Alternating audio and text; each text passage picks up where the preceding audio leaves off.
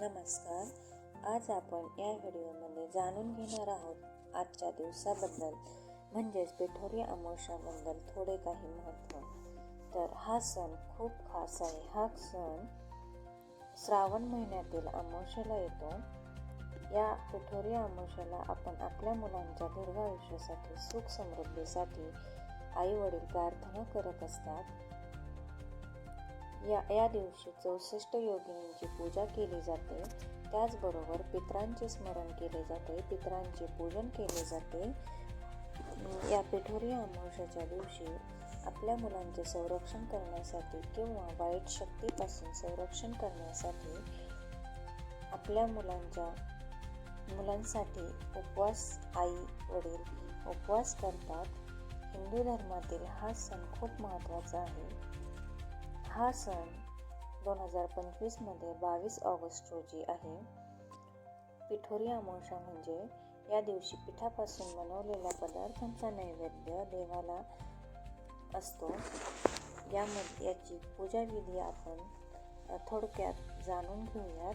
त्यामध्ये सकाळी लवकर उठून देवपूजा करावी, 64 योगिनींची पूजा करावी. या दिवशी माता पार्वतीने गणेशजीसाठी हे व्रत केले होते. आपल्या मुलांसाठी हा उपाय करताना थोडक्यात मुलांच्या नावाने माता पार्वती आणि गणेश यांची पूजा करावी. मुलांच्या जन्मनावाने अक्षर लिहून त्यावर व्हावे, ते पूजेत ठेवावे. मुलांना संकटापासून वाचवण्यासाठी ओम नमः शिवाय किंवा ओम गणपते नमः या मंत्राचा जप करावा. हा दिवस बैलपोळा म्हणूनही साजरा केला जातो. त्याच प्रकारे मातृदिन असेही म्हणले जाते. या दिवशी कणकीचे 5 दिवे करून, एक दिवा देवापुढे, एक दिवा तुळशीपुढे, एक दिवा आपल्या मुख्य दारासमोर आणि चौथा दिवा दक्षिणेला तोंड करून आणि 5वा दिवा हा ईशान्य कोपऱ्यामध्ये ठेवावा. त्यामुळे येणारे संकट नाहीसे होते आणि घरामध्ये सुख शांती समृद्धी यांची वाढ होते. आणि ह्या दिवशी आपल्या मुलांसाठी खास उपाय करावेत. त्यामुळे मुलांमध्ये प्रगती होते. दीर्घायुष्यासाठी, त्यांच्या सुख समृद्धीसाठी ही पिठोरी अमावस्या खूप महत्त्वाची आहे.